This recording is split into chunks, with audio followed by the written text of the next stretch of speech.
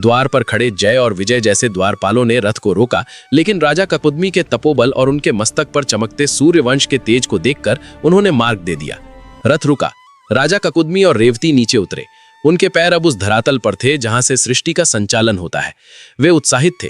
उन्हें लग रहा था कि बस कुछ ही क्षणों में ब्रह्मा जी से मिलेंगे, अपनी समस्या का हल पाएंगे और वापस अपनी प्यारी नगरी कुशस्थली लौट जाएंगे। लेकिन वे इस बात से पूरी तरह अनजान थे कि उन्होंने ब्रह्मलोक की देहरी पर कदम रखकर अपने जीवन का सबसे बड़ा जुआ खेल लिया है। ब्रह्मलोक का वो द्वार पार करते ही राजा ककुदमी को अनुभव हुआ कि वे अब उस जगत में नहीं हैं जहां भौतिक नियम काम करते हैं। यहाँ का वातावरण नितांत भिन्न था। वहां न तो सूरज था और न ही चांद, फिर भी वहां अंधकार का कोई अस्तित्व नहीं था। वहां हर वस्तु स्वयं प्रकाशित थी, मानो हर कण के भीतर एक सूर्य छिपा हो। यहाँ के निवासी जो तेजस्वी और दिव्य शरीरों वाले थे, उन्हें किसी वस्तु को बनाने के लिए मेहनत नहीं करनी पड़ती थी। वे केवल संकल्प करते थे, सिर्फ सोचते थे और वस्तु प्रकट हो जाती थी। राजा ककुदमी और रेवती, जो पृथ्वी पर अपनी लंबाई और तेज के कारण विशिष्ट थे, यहाँ के निवासियों के सामने सामान्य प्रतीत हो रहे थे।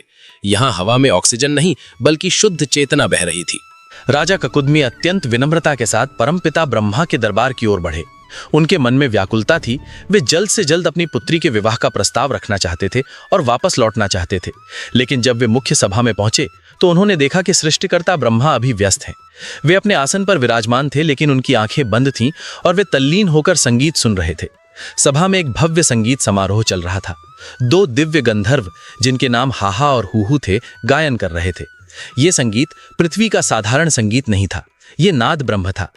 गंधर्वों के कंठ से निकलने वाला प्रत्येक स्वर वेदों की ऋचाओं जैसा था। ऐसा कहा जाता है कि इन्हीं स्वरों के कंपन से ब्रह्मांड के तारे और नक्षत्र अपनी कक्षाओं में टिके रहते हैं। संगीत इतना अलौकिक, इतना सम्मोहक और इतना गहरा था कि जो भी उसे सुनता वो अपने मैं को भूल जाता। राजा ककुदमी ने सोचा, सृष्टिकर्ता व्यस्त हैं, बाधा डालना उचित नहीं होगा। मैं बस थोड़ी देर प्रतीक्षा कर लेता हूँ। जैसे ही ये गीत समाप्त होगा, मैं अपनी बात कहूंगा। यही वो क्षण था जहां राजा से चूक हुई, या यूं कहें कि नियति ने अपना खेल खेला। राजा ककुदमी और रेवती चुपचाप एक कोने में खड़े होकर संगीत सुनने लगे। स्वर इतने मीठे थे कि वे सुध बुध खो बैठे। उन्हें लगा कि वे समय की धारा में बह रहे हैं। उनके मन के अनुसार उन्हें वहां खड़े हुए शायद 20 या 25 मिनट या अधिक से अधिक एक मुहूर्त, यानी कि लगभग 48 मिनट बीता होगा।